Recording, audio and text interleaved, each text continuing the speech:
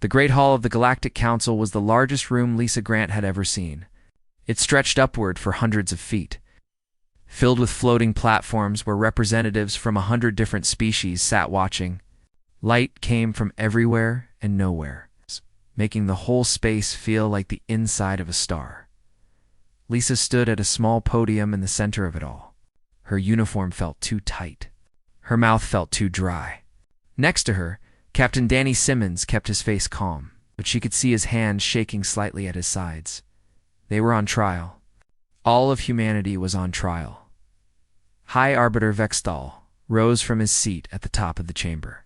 He was tall and thin, with 4 eyes that moved independently of each other. His skin was the color of old copper, and when he spoke, his voice seemed to come from the walls themselves. Earth stands accused of 17 violations of the Sacred Combat Codex, he announced. These violations occurred during what humans call the Battle of Meridian Station. Lisa remembered that battle. She would never forget it. The Kathrani swarm had come out of nowhere. 200 ships against their 6. Meridian Station held 40,000 civilians, families and children and workers who had come to build a new life on the edge of known space. The Kathrani wanted to consume them all, and humanity had stopped them. Against all odds, against every prediction, 6 human ships had driven back to 100 Kathrani vessels and saved every single person on that station. Now they were being punished for it. The charges include, Vexel continued, reading from a glowing scroll that floated before him, use of deceptive tactics, psychological warfare against enemy combatants, refusal to engage in formal challenge rituals, destruction of enemy vessels after they had begun surrender protocols, and the deployment of weapons not registered with the combat registry. A murmur went through the assembly. Lisa could feel hundreds of alien eyes turning toward her, studying her, judging her. The Forian ambassador rose to speak. Forians were made of interlocking metal plates that shifted and clicked as they moved. This one was called Krill 7, and its voice sounded like grinding gears. "We have reviewed the recordings from the battle," Krill 7 said. "Human forces did not announce themselves before engaging the enemy. They attacked from hiding places behind asteroids. They used those same asteroids as weapons, pushing them into the path of Kathrani ships. They broadcast sounds through communication channels that caused Kathrani pilots to lose focus and crash their own vessels." Krill 7 paused, and its metal plates shifted in what might have been discussed. "These are not the actions of civilized warriors. These are the actions of animals." Lisa felt her face grow hot. She wanted to shout, to defend her people, to explain that they had done what was necessary to save innocent lives. But she forced herself to stay calm. Losing her temper here would only make things worse. "May I respond to these charges?" she asked, keeping her voice steady. Vexel nodded. "You may." Lisa took a deep breath and stepped forward.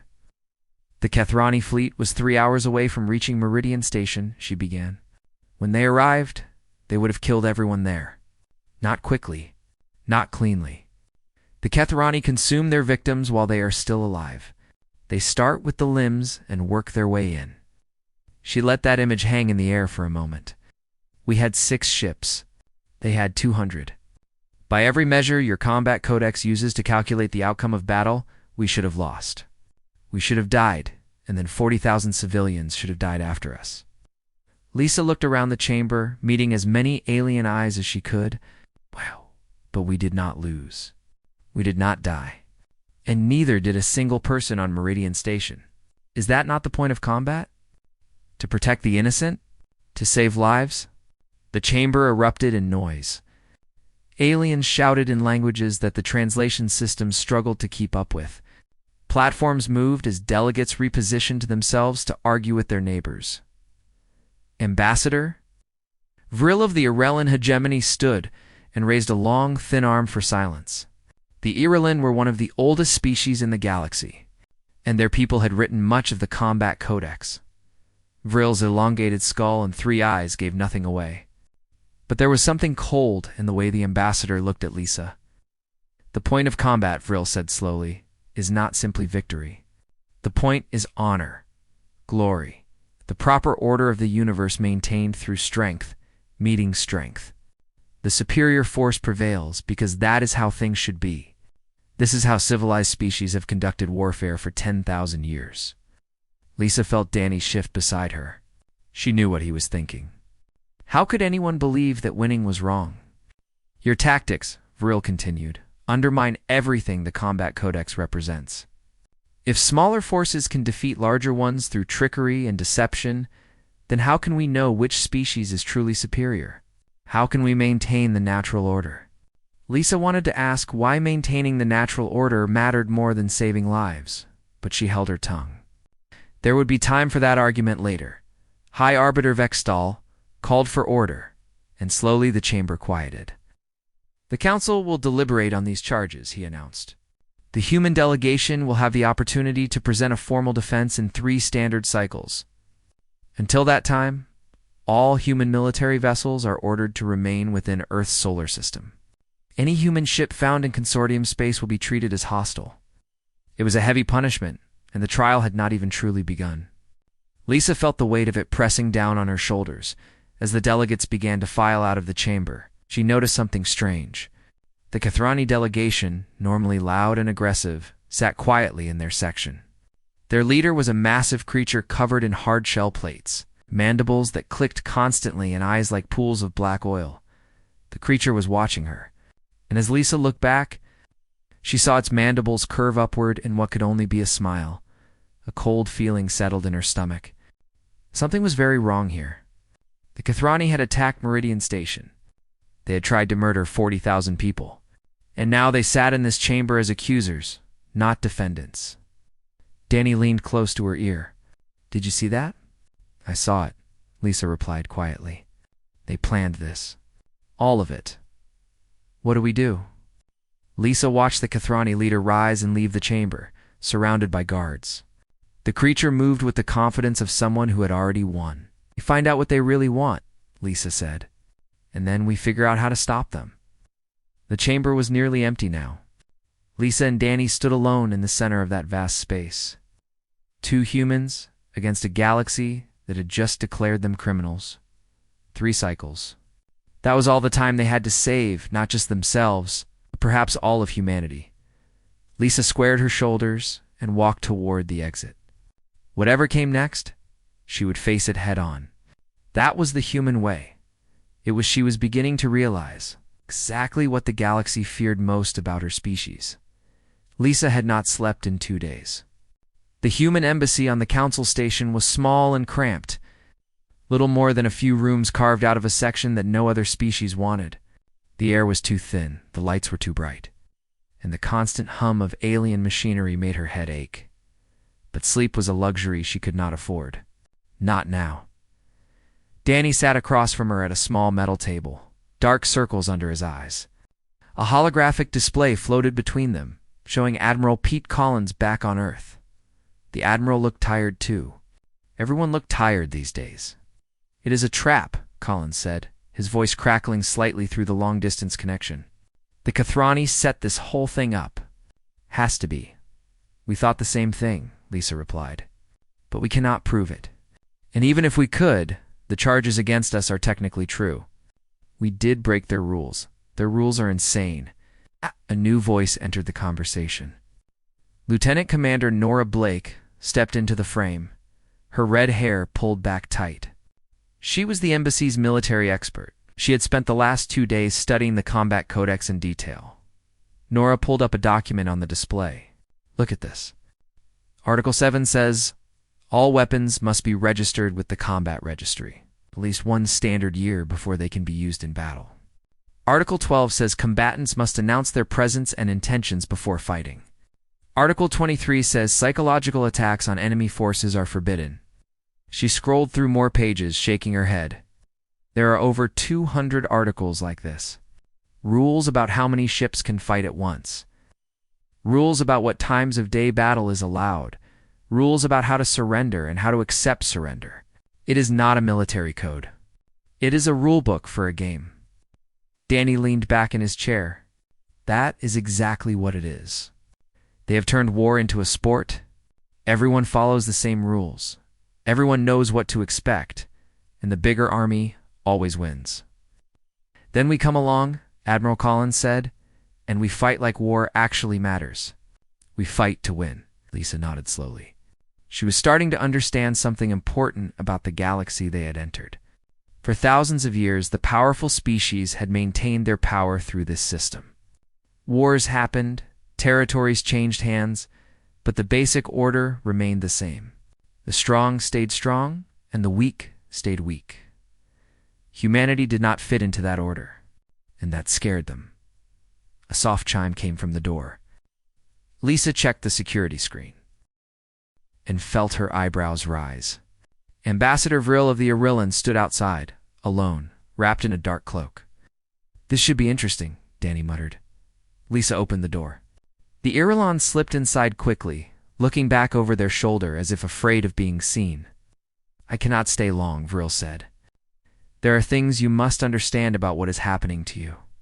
"Why would you help us?" Danny asked. His hand moved toward his hip, where a weapon would normally rest. Old habits died hard. Vril's 3 eyes blinked in sequence, an expression that might have been sadness. "Because your species reminds me of mine. Long ago, before we became what we are now." They gathered around the table as Vril began to speak. "The Combat Codex was not created to make wars fair," the ambassador explained. "It was created to prevent real wars, true wars. The kind where species fight with everything they have and stop at nothing until one side is completely destroyed." Lisa felt a chill run down her spine. "What do you mean?" "The elder species, my people, and the Forians, and the Vex, we remember what real war looks like. Our ancestors nearly destroyed each other. Entire worlds burned. Species that had existed for millions of years were wiped out in a single generation. The galaxy was a graveyard." Vril paused, and something like pain crossed the alien's face. "The Codex was our solution. A way to channel aggression into something controlled. Wars still happen, but they have rules. Casualties are limited. The outcome is decided by numbers and resources, things that can be measured and predicted. No more surprises. No more extinction events." Nora leaned forward. "But the Kethrani do not follow these rules. They attack civilian stations. They eat people alive. How does that fit your controlled system?" Vril was quiet for a long moment. "The Kethrani are not truly part of the consortium. They were conquered centuries ago and forced to accept limits on their expansion. They have always hated this arrangement. And now they see humans, a species that fights without the Codex. A species that wins against larger forces through creativity and determination."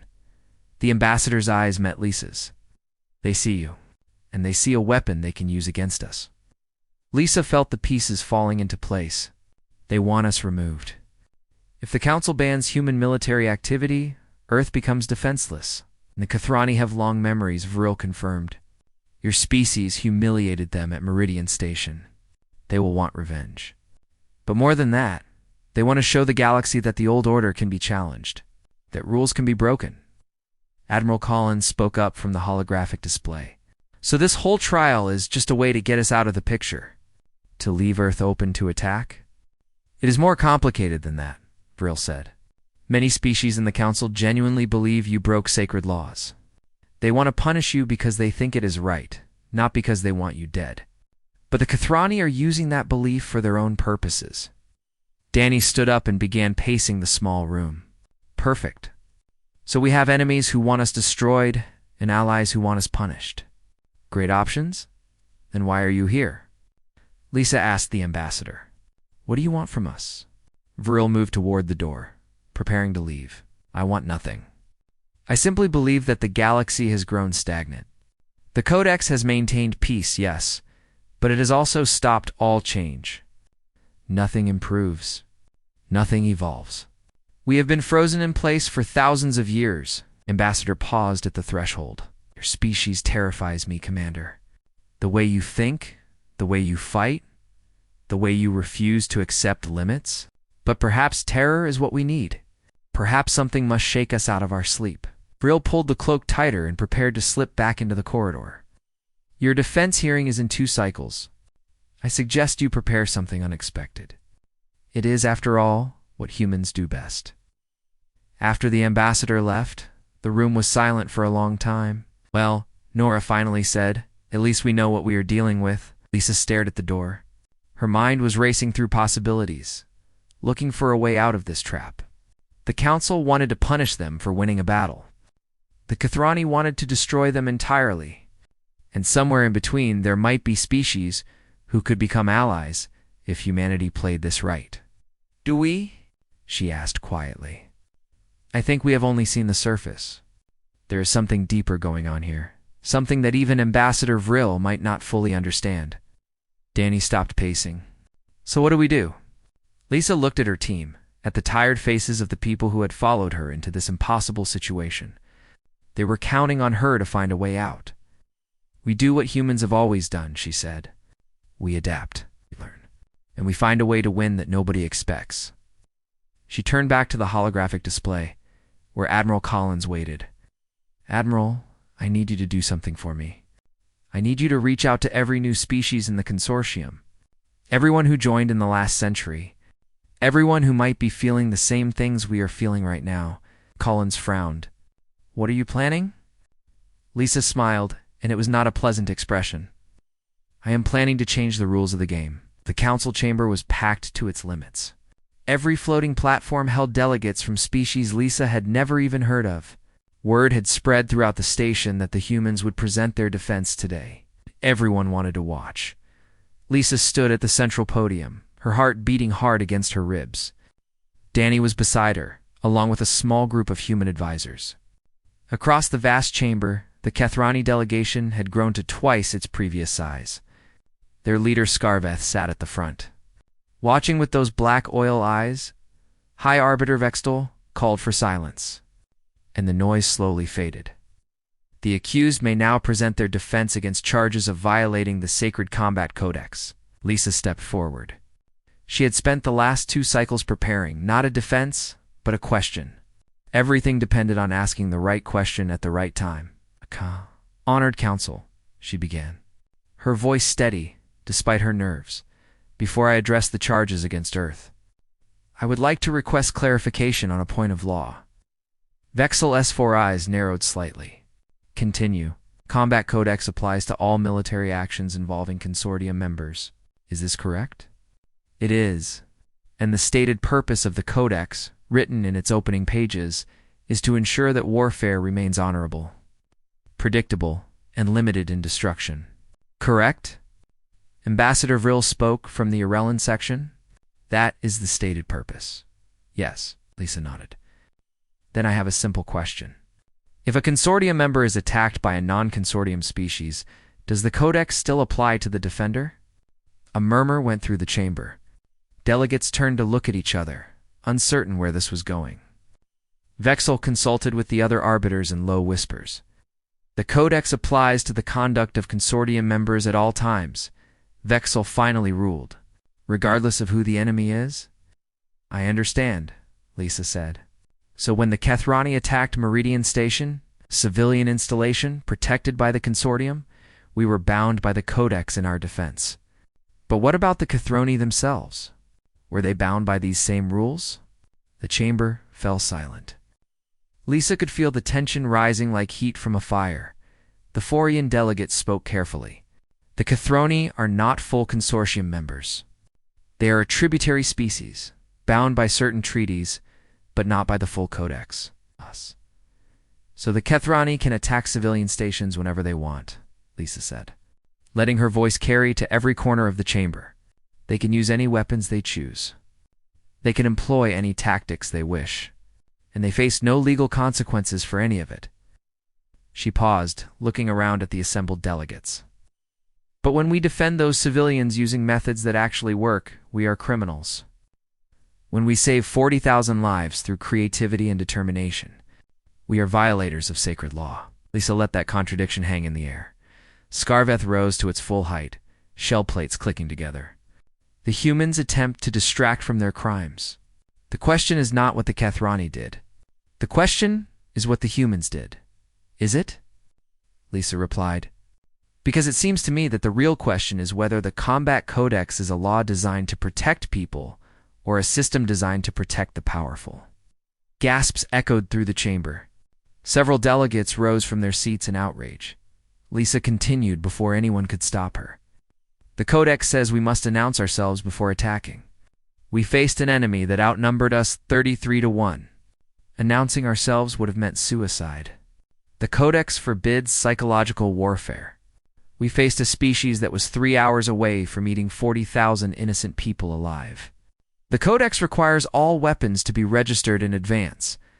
Our survival depended on using whatever we could find, including asteroids. She turned to face the full council directly, her voice rising.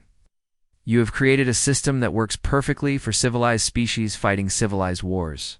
But the Kathrani are not civilized. They do not follow your rules. They do not care about your honor. They only care about consuming everything in their path. And yet, Ambassador Krill7 observed, metal plates grinding, you defeated them. This is the problem we face. Lisa stared at the Forian. The problem is that we won. The problem is how you won. You showed the galaxy that the Codex can be defeated. That smaller forces can overcome larger ones through what you call creativity and adaptation. Do you understand how dangerous this idea is? Lisa looked at the Forian for a long moment, and then, slowly, she smiled. It was not a happy smile. It was the smile of someone who has finally understood a truth that was hidden from them. You are not afraid of us, she said slowly. You are afraid of what we represent. The possibility that everything you have built your civilization on might be wrong. That your honorable wars and registered weapons and formal challenges are just theater. A system designed to keep the powerful in power and the weak in their place. The chamber exploded into chaos. Delegates shouted over each other in a dozen languages. Several species stood as if to leave in protest. The Irellan delegation remained still, watching with unreadable expressions.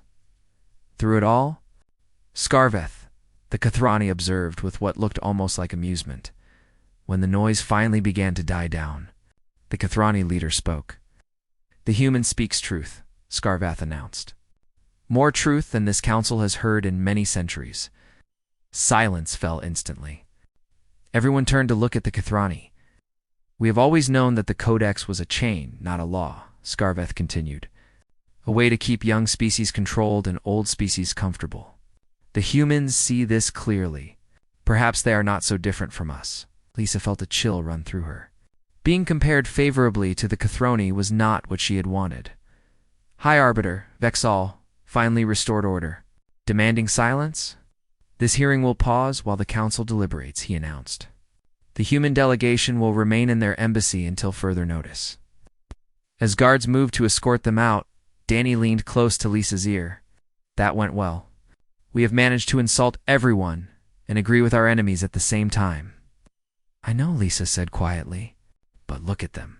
They are talking. Some of them are actually thinking about what I said. That is a start. Behind them, the council chamber descended into the most heated argument it had experienced in generations. Species that had not spoken to each other in centuries were now debating the very foundations of their society. Lisa allowed herself a small moment of hope. She had planted seeds of doubt in minds that had been certain for thousands of years. Whether those seeds would grow into something useful remained to be seen. But she had also made powerful enemies. The Kathrani saw her as a potential ally, which meant they would be angry when she refused to help them. The hardliners in the council saw her as a threat to everything they believed in. As she walked through the corridors back to the embassy, Lisa began planning her next move. The trial was no longer the main battle. The real fight was for the soul of the consortium itself. And somehow, impossibly, a single human had just fired the opening shot. She thought about the civilians on Meridian Station, the families and children who were alive today because her people had broken the rules. Whatever happened next, that victory could never be taken away. Some rules, Lisa decided, were meant to be broken, and some rules needed to be replaced entirely. The question was whether the galaxy was ready to hear that truth. The pause in the trial stretched from hours into days. Lisa and her team monitored reports from across the station as the council split into arguing factions. Some wanted immediate punishment for humanity. Others were questioning laws they had followed without thought for thousands of years. The galaxy was waking up, and not everyone was happy about it. On the fourth day, an unexpected visitor came to the embassy. Scarveth the Kathrani stood in the doorway, massive and terrifying. 2 guards flanked the creature, each one nearly as large as their leader. "Commander Grant," Scarveth said, mandibles clicking around each word. "We should talk." Every instinct Lisa possessed screamed danger. The Kathroni were killers. They consumed other species, not just for food, but for pleasure. Standing this close to their leader felt like standing next to a bomb that might explode at any moment, but turning them away would only make things worse. And Lisa needed information. "Come in," she said. "Your guards stay outside." Scarveth's mandibles curved upward. Brave or stupid, perhaps both. They sat across from each other in the embassy's small meeting room. Lisa had insisted on being alone for this conversation, despite Danny's objections. She wanted Scarveth to speak freely, and that would not happen with witnesses. "Your species interests me," Scarveth said. "You fight like Kathrani. No rules, no limits. Victory above all else. We fight to protect our people," Lisa replied carefully. "That is not the same as having no limits, is it not? At Meridian Station, you used rocks from space as weapons. You broadcast sounds through our communication systems that made our pilots go mad with pain. You destroyed ships that had begun surrender signals." Lisa kept her face calm. "Your ships that began surrender signals were actually repositioning for another attack. We learned that trick after the 3rd time it worked against our allies." Scarveth made a sound that might have been laughter. "You adapt quickly. This is why the Council fears you. They have been fighting the same way for 1,000 generations. Improvement is a concept they do not understand." Lisa studied the alien across from her. Up close, she could see the scars on Scarveth's shell, the marks of countless battles. Whatever else the Kathrani were, they had earned their reputation as warriors. "Why are you really here?" she asked. "To gloat over our situation? To threaten us? To offer an alliance?" The word hung in the air between them like a held breath. "The Council will rule against you," Scarveth continued. "They have no choice. If they approve of human combat methods, their entire system falls apart. Earth will be confined to its home system. Your military will be restricted. Your expansion will stop. And you want to save us from that fate? In exchange for certain things? Yes." Lisa leaned back in her chair. She could see where this was going. "You want us to teach you how we fight? We want to fight alongside you. The Kathrani have been bound by humiliating treaties for centuries. We have been forced to beg for scraps while lesser species grow fat on worlds that should be ours. With human tactics and Kathrani numbers, we could challenge the consortium itself." For a moment, Lisa could almost see it. The Kathrani had been oppressed in their own way, forced into a position of weakness by species that simply had gotten to space first. Their story was not entirely different from humanity's, but then she remembered the recordings from Kathrani attacks. The screaming victims, the consumed colonies, the world stripped bare of all life. Whatever their history, the Kathrani were not fighting for freedom. They were fighting for dominance, for the right to consume everything weaker than themselves. "No," Lisa said simply. Scarveth went very still. "You refuse?" "Even knowing what the Council will do to your species." "I refuse because we are not the same. We fight to protect. You fight to consume. That difference matters. A childish distinction. Maybe, but it is the distinction I live by." Scarveth rose slowly, towering over Lisa, even from across the table. "Then you doom your species to nothing. Trapped in one system, bound by rules you did not make. Watching while the galaxy moves forward without you," perhaps Lisa said. She stayed seated, refusing to show fear. "Or perhaps there is a third path that you have not considered." "What path is that?" Lisa smiled, and this time it was genuine. "You will have to wait and see." After the Kathrani left, Danny emerged from the next room where he had been listening through the wall. "What third path?" he demanded. "Because from where I am standing, We are out of options. Lisa was already pulling up communication channels, her fingers moving quickly over the controls. Get me Admiral Collins, and find a way to contact Ambassador Vril. I have an idea, but I am going to need help. What kind of idea? Lisa turned to face him. Her eyes were bright with something that might have been excitement or might have been desperation. At this point, the difference hardly mattered. The Council says, we violated combat law. Fine, then we will make our own. Danny stared at her. You want to create a new set of laws? A new codex? Not a codex. Something better. Something that actually protects people instead of protecting the powerful. She began typing messages, reaching out to contacts she had made over the past few days. Representatives from young species who felt trapped by the old system. Delegates who had quietly expressed sympathy for humanity's position. Anyone who might be willing to listen. Consortium is not the only option, Lisa explained as she worked. It is just the option that has existed longest. But nothing says we have to play by their rules. Nothing says we cannot build something new. Danny shook his head slowly. You are talking about splitting the galaxy? Creating a rival power. The old species will never allow it. It might not have a choice. Think about it. How many young species are there? How many have joined the consortium in the last 100 years only to find themselves at the bottom of every hierarchy? How many have lost people because the combat codex prevented effective defense? Lisa looked at her friend, her fellow officer, the person who had stood beside her through every impossible situation they had faced. We are not the only ones who are angry, she said. We are just the first ones to say it out loud. Over the next 2 days, messages flew back and forth across the station. Secret meetings were held in forgotten corners. Representatives from a dozen species came to the human embassy, asking questions, sharing frustrations, wondering if this crazy human commander might actually have a point. Lisa slept in brief snatches, eating when she remembered to, planning constantly. The council would resume their deliberations soon. She needed to be ready. And slowly, impossibly, something began to take shape. An idea that had never been tried before. A challenge to thousands of years of accepted truth. The night before the council reconvened, Lisa stood at the window of the embassy, looking out at the stars. Somewhere out there, Earth waited. Her home, her people. Everything she was fighting for. Are you sure about this? Danny asked, coming to stand beside her. No, Lisa admitted. But I am sure that doing nothing will destroy us. At least this way we have a chance. And if it fails... Lisa thought about the civilians on Meridian Station.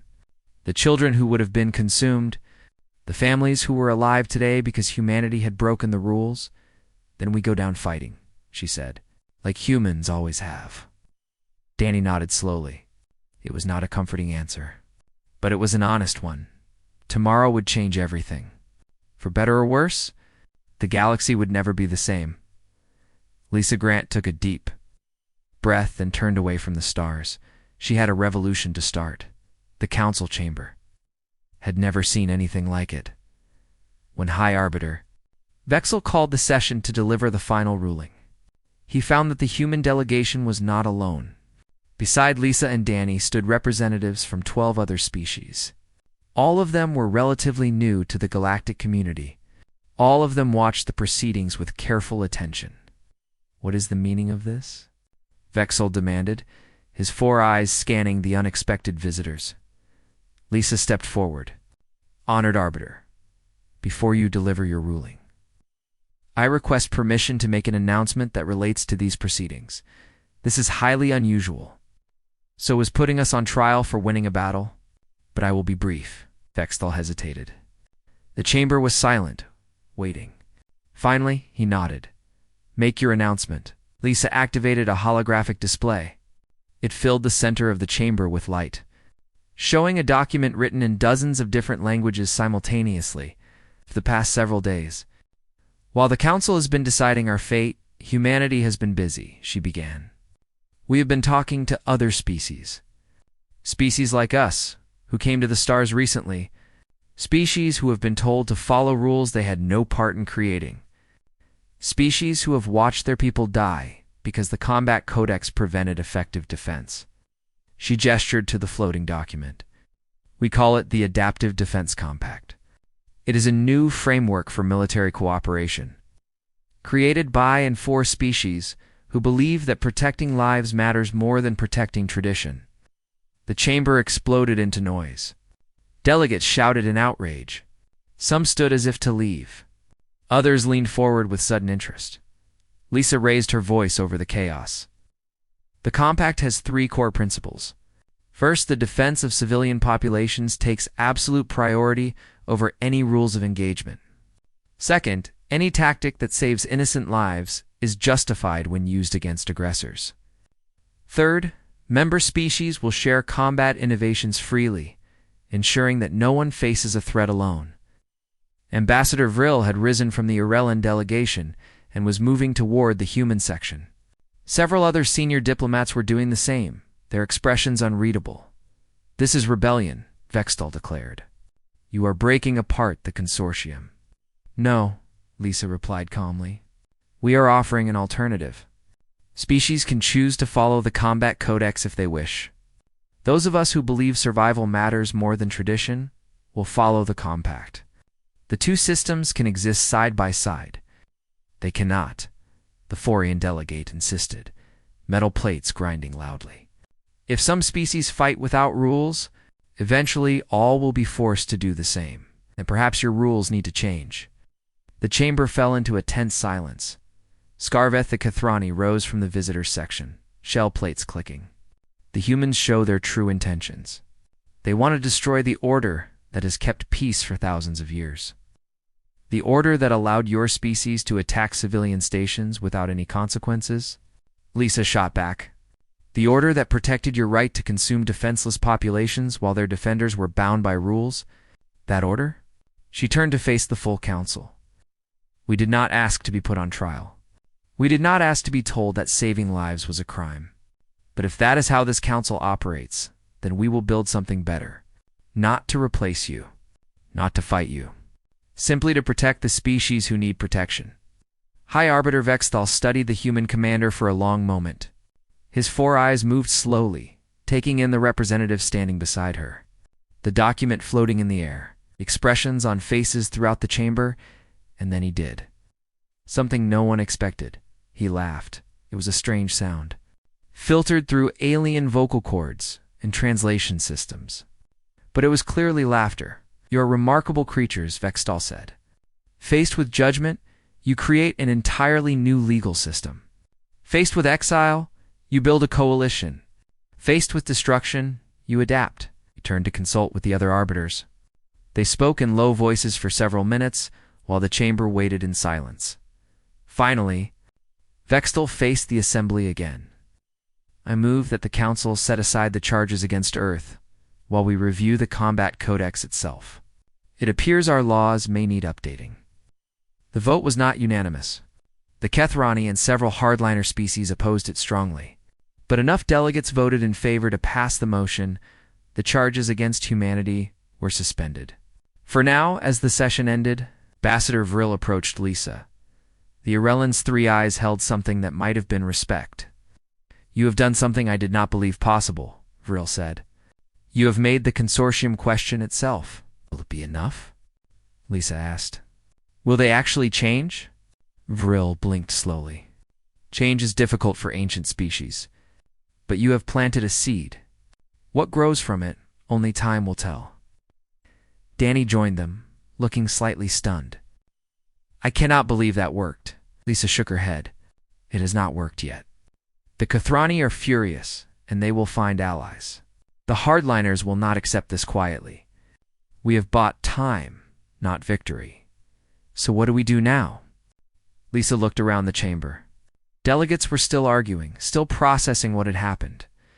She saw fear in some faces, hope in others, and in a few, the beginning of understanding. Now we do what humans have always done, she said. We prepare for whatever comes next. We protect our people. And we show the galaxy that there is more than one way to fight. She walked toward the chamber exit, her team falling in behind her. At the door, she paused and looked back. Scarveth was watching her from across the room. The Kethrani leader's expression was impossible to read, but there was something cold and calculating in those black eyes. This was not over. Lisa knew that. The Kethrani would not forgive the humiliation of Meridian Station. The hardliners would not accept a challenge to their ancient traditions. Somewhere down the line, there would be a reckoning. But for today, humanity had survived. More than survived. They had shown the galaxy that small species could stand against great ones. That rules made by the powerful did not have to be accepted by everyone. That sometimes the only way to win was to refuse to play the game at all. Outside the chamber's massive windows, the stars stretched endlessly in every direction. Somewhere out there, Earth waited. Home, family, everything worth fighting for. Lisa Grant squared her shoulders and walked into the corridor. Behind her, the consortium continued its ancient debates. Ahead of her, a new future was taking shape. The galaxy had told humanity to follow their rules or face destruction. Humanity had smiled and written their own 8 rules instead, and that, Lisa thought, was exactly why the universe would never be the same. The first chapter of humanity's story among the stars had been about survival. The second chapter, just beginning now, would be about something more. It would be about showing the galaxy what humans could build when they stopped asking for permission. Lisa did not know what challenges waited ahead, but she knew one thing for certain. Whatever came next, humanity would face it together, and they would win.